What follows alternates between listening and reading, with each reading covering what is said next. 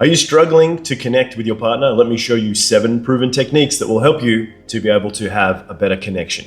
So number 1 is we want to work on trust. Now, trust is going to be built on having open communication. It's going to be based on having a good sense of chemistry and attraction as well. The next thing is you want to start to be able to create the support for that communication to be present, which can be about asking questions, being humble and open to the feedback that you get from the person, and then also starting to be curious about what you can do so that you can make the other person feel comfortable. I would recommend that you spend time imagining yourself in the position of the other person so you can have some empathy, and then start to practice feeling what it would be like to feel the kinds of actions, touches, and tensions, etc., that you are wanting to share with your partner. In this way, you get better at being able to experience feedback and also being able to imagine and connect with your partner in a way that's going to feel more pleasurable. Number 2 is I want you to start slow. This means being able to start with little steps and building up over time. This starts with obviously having a nice sense of consent together so that you can start to trust the fact that you're not going to be breaking boundaries, especially if you're the man. A woman needs to know that you are able to be trustworthy, that she can feel safe.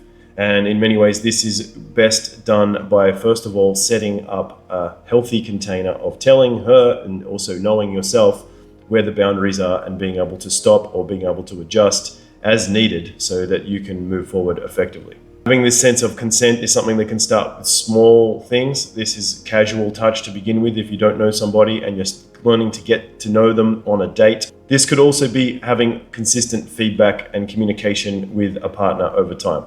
Now, this doesn't necessarily have to mean that you have to ask permission for everything or that you need to interrupt intimate moments to make sure that everything's perfect, but it's definitely good to be open to feedback and be aware of non-verbal feedback. Be aware of how your partner is responding, whether they're relaxing, opening, if they have relaxed breathing, if they're giving you good quality eye contact, if they're giving you positive feedback. These are all good signs. If you notice other things like contraction or recoiling or having some kind of response that's showing that the body is uncomfortable or they're feeling emotional or reactive, then it's definitely a good thing to check in and ask, are you okay? Is everything okay? How are you? Or even just call it out so you can adjust it in some way, shape, or form.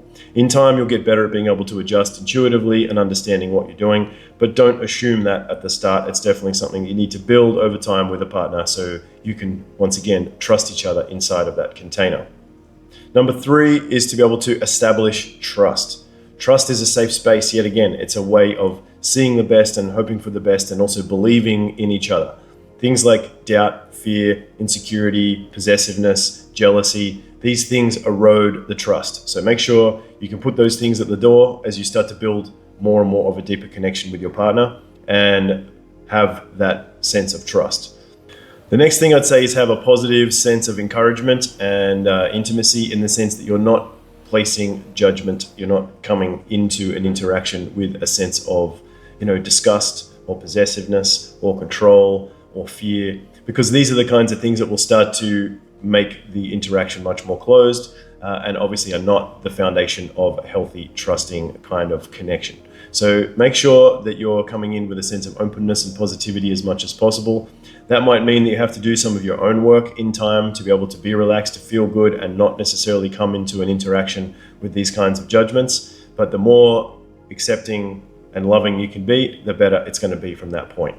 This is really what's called holding space. Holding space is about having a container of positivity and good feelings and having the best intentions for the person.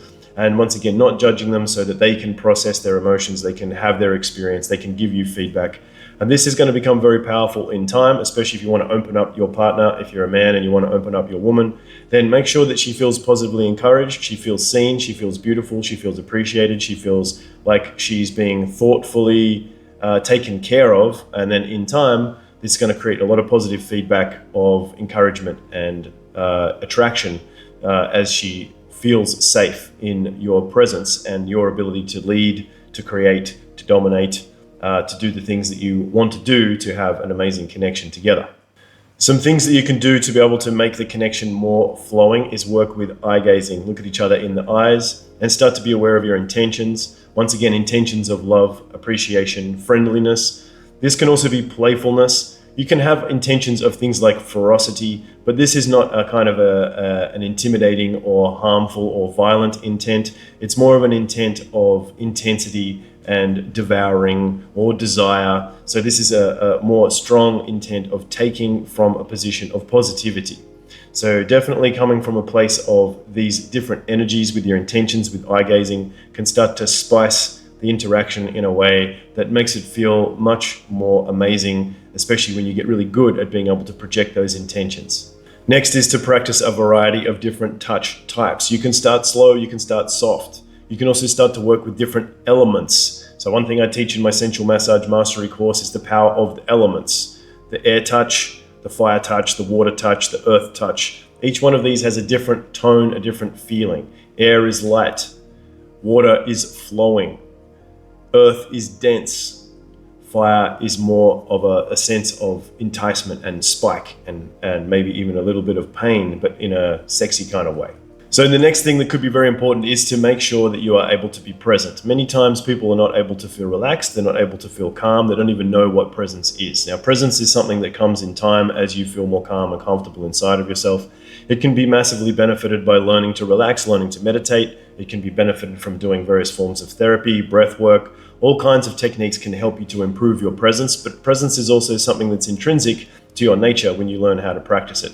If you're interested in learning about presence, you can definitely reach out to me. It's something that I specialize in with my clients as well, is learning how to get in contact with this force of presence and how you can use that and direct that with powerful intent to be able to shape and create many different types of experiences in your life.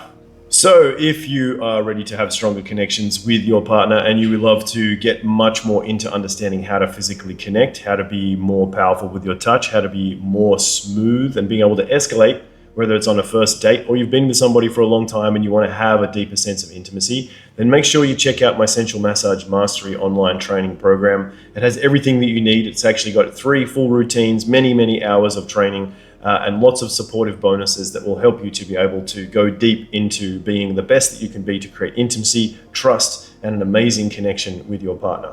So visit the link in the bio, sign up, and I'll see you guys on the other side.